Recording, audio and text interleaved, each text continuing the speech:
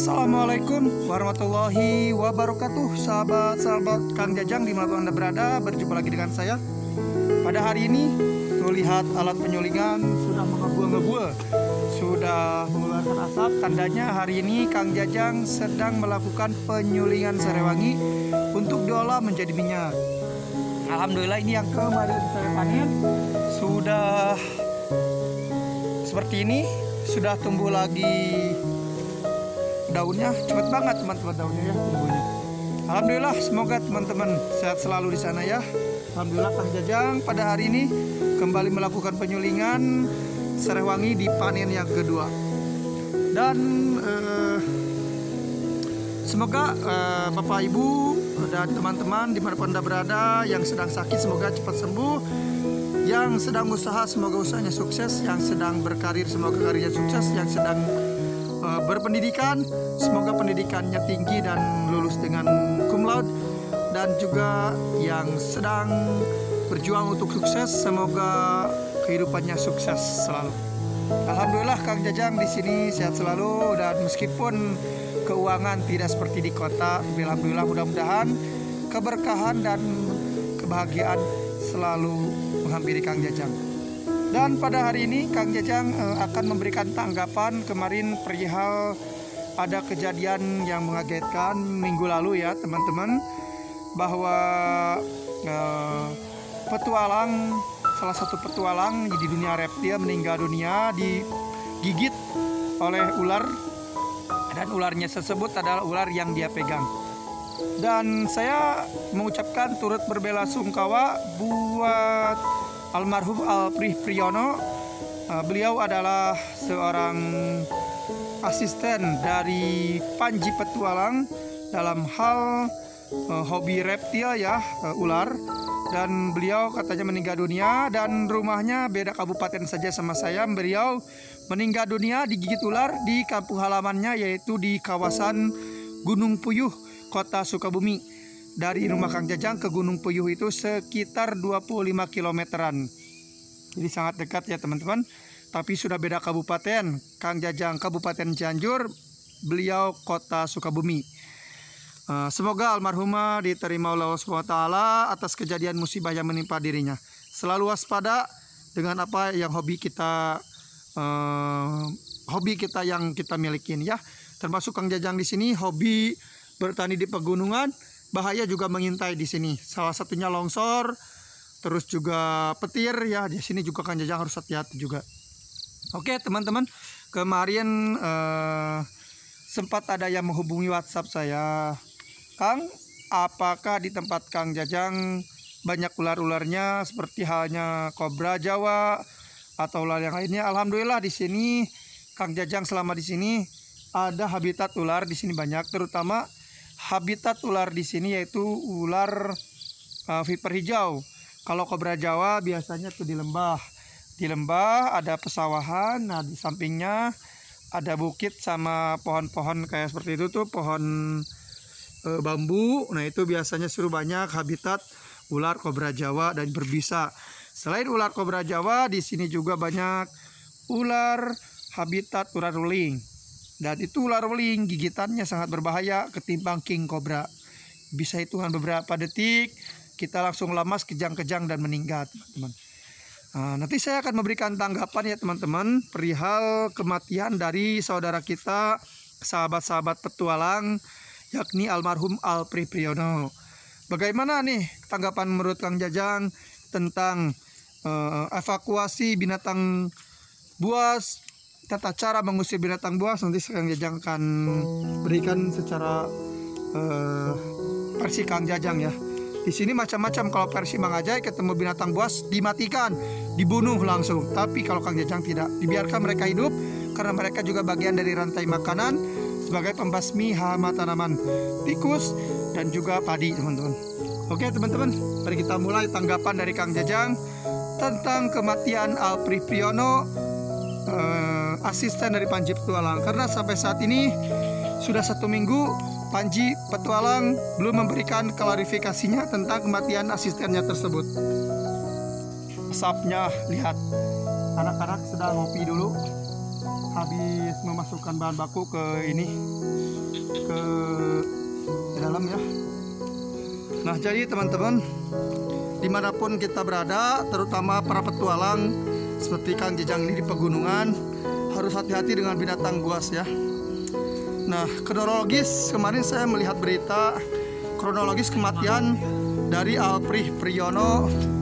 Itu katanya dia dapat ular dari remaja-remaja yang mempunyai anak king cobra. Entah tahu kenapa kok bisa gitu ya, beliau seorang rescuer, seorang ahli dalam bidang reptil, kok bisa seceroboh itu. Kalau menurut saya sih ceroboh itu ya teman-teman. Aduh asap di sini. Jadi saya melihat dari tayangan klarifikasi temennya yang ada di lokasi kejadian, bahwa ular king cobra yang masih baby tersebut di dalam paper bag atau goodie bag katanya ketika diserahkan sama Alprih itu. Nah kemudian itu kejadiannya pas malam final Piala Dunia, katanya sedang euforia Piala Dunia. Ularnya kaget, kemudian ularnya mematuk atau menggigit tangan Alprih Priyono. Nah sekarang begini, itu kan ular udah diamanin di goodie bag. Apakah karena goodie bagnya sobek lalu ularnya keluar, ataukah apakah ularnya tersebut dimainkan sama si Alprih? Itu kan gitu, jadi tanda tanya besar. Dan ular tidak akan begini, ular kobra tidak akan begini kalau dia merasa terancam atau dia merasa terintimidasi. Setahu saya gitu. Nah, kalau Kang Jajang di sini, kalau menemukan ular kobra Jawa, kalau king cobra di sini, terus terang Kang Jajang belum pernah menemukan. Tapi kalau kobra Jawa di sini banyak. Nah, kalau misalkan si Alprih ini mengeluarkan king cobra, kalau tidak dimainin, mana mungkin dia langsung matok. Kalau menurut Kang Jajang, king cobra kalau sudah begini berarti dia merasa terintimidasi, merasa sedang ada ancaman. Dan di situ king cobra biasanya melakukan perlawanan. Bagaimana dengan pengalaman saya di sini? Nah, pengalaman saya di sini kalau ketemu kobra Jawa ya teman-teman. Kalau anak buah saya, terutama Wajah ya, kalau Wajah lumayan mengerti lah tentang agama mungkin. Ketemu kobra Jawa, ular yang berbisa, ketemu sama dia tanpa sepengetahuan saya, dia langsung bunuh. Bahkan waktu itu dia ngebunuh ular kobra Jawa, ketahuan sama Kang Jajang. Kenapa dibunuh? Katanya ini disunahkan dalam agama, kalau kita takut terancam, ada ular berbisa di depan kita, dibunuh. Nah kalau Kang Jajang itu tidak berani. Kalau saya, kalau misalkan ada ular kobra Jawa berpapasan dengan saya, langkah pertama kalau saya mengevakuasi ular tersebut supaya aman, saya aman, ular tersebut aman, saya mencari tongkat teman-teman. Baik itu mau kayu, mau bambu. Panjangnya berapa? Panjangnya kalau Kang Jajang itu sekitar 1,5 meter sampai 2 meter. Kemudian bagaimana? Nah kemudian nanti setelah king cobranya merasa terintimidasi ya, kita diamin dulu aja. Nah misal kita berpapasan dengan ular kobra ya. Oke nih, kita ada tongkatnya. Nah kalau Kang Jajang di sini, kalau berpapasan dengan king cobra,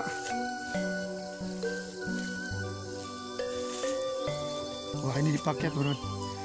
Kalau Kang Jajang kalau misalkan berpapasan dengan king cobra ya, langkah Kang Jajang hanya satu.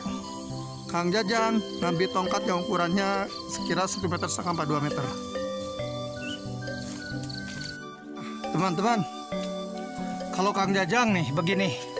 Jadi misalkan kalau ada ular ya, misalkan di sini ada ular nih teman-teman nih. Ini ular king cobra lewat, Kang Jajang di sini. Nih kalau Kang Jajang biasanya udah siapin ini sekitar 1,5 meter. Kemudian ini gak usah kita intimidasi, kita cukup begini-begini aja, atau begini-begini. Nih, ini si ular kobra itu sudah takut sama kita, mereka bisa pergi. Nah tinggal kita mau ngarahin kemana. Kalau si ular kobra ke sini, oke kita arahin, terus kita kejar, tapi jangan sampai terintimidasi. Kalau terintimidasi, ular kobranya kok akan begini. Kalau udah begini dia siap menyerang teman-teman. Kita lihat tuh Panji Petualang, Dede Inun, Wanto Goeng, Heru Gundul. Mereka suka mainin ular sampai begini. Itu mereka bukan bermain, itu mereka mengintimidasi ular, teman-teman. Kalau menurut saya. Tapi gak tahu kalau menurut Heru Gundul ya. Kalau menurut saya, kalau mereka sedang memainkan ular, terus ular kobranya begini, itu ular merasa terancam dan terintimidasi. Kalau pengalaman Kang Jajang di sini, kalau udah digini-gini ularnya pergi teman-teman. Terus kalau misalkan ularnya perginya agak lambat, kita korek-korek aja gini nih. Dia pergi, dia merasa terancam. Melihat kita bawa ini dia takut. Kalau di sini teman-teman ya, kalau ular di sini. Tapi nggak tahu kalau ular di tempat lain. Nah kemudian kita arahkan supaya menjauh dari lingkungan kita. Oke, kita terus sampai 200-300 meter. Terus kita arahkan supaya dia pergi. Kalau dia udah menurut kita aman, baru kita biarkan dia pergi kemana. Begitu teman-teman kalau saya di sini. Nah, beda lagi dengan Panji Petualang, Dede Inun. Mereka suka mainin ular. Sebenarnya mereka bukan profesional. Mereka hanya hobi. Hobi orang-orang yang bangor, hobi-hobi ekstrim. Tidak ada namanya profesional yang memain-mainkan ular. Hanya orang yang bangor, orang yang nekat, dan orang yang tukang atraksi atau sirkus lah yang mereka memainkan binatang buas. Jadi kalau orang profesional itu tidak seperti itu teman-teman ya. Nah jadi teman-teman, seperti bambu segede ini, ular king cobranya segede si garaga yang segede gini juga takut kalau dibabuk pakai segede gini, takut. Nah jadi kalau si garaga lihat di Panji Petualang, terus Dede Inun ya punya king cobra Jawa, kemudian punya king cobra juga. Mereka kan dimainkan, itu kelihatan kobranya sampai begini-begini. Nah ini kalau udah begini itu namanya sudah masuk dia siaga teman-teman. Sudah masuk kategori intimidasi dari manusia. Mereka terancam. Nah mereka itu semua bukan profesional. Karena di dunia reptil, terutama di binatang ular berbisa ini, tidak ada yang bisa menjinakkan binatang teman-teman ya. Terkecuali mereka itu membaca karakter dari si binatang tersebut. Nah pengalaman Kang Jajang di sini banyak ular, terutama ular viper hijau. Kalau viper hijau tidak mematikan, tetapi bisa merusak organ tubuh. Bisa kalau kita dipatok ini, tangan ini bisa busuk, bengkak, gede, begitu. Nah untuk kasus Alpri ini saya tanda tanya. Dan Alpri ini juga bukan profesional teman-teman, karena mungkin dia kerja sama Panji Petualang, hingga akhirnya dia juga senang dengan binatang melata. Ya dia udah terbiasa, sudah tidak geli lagi melihat itu. Tapi tidak, bukan profesional.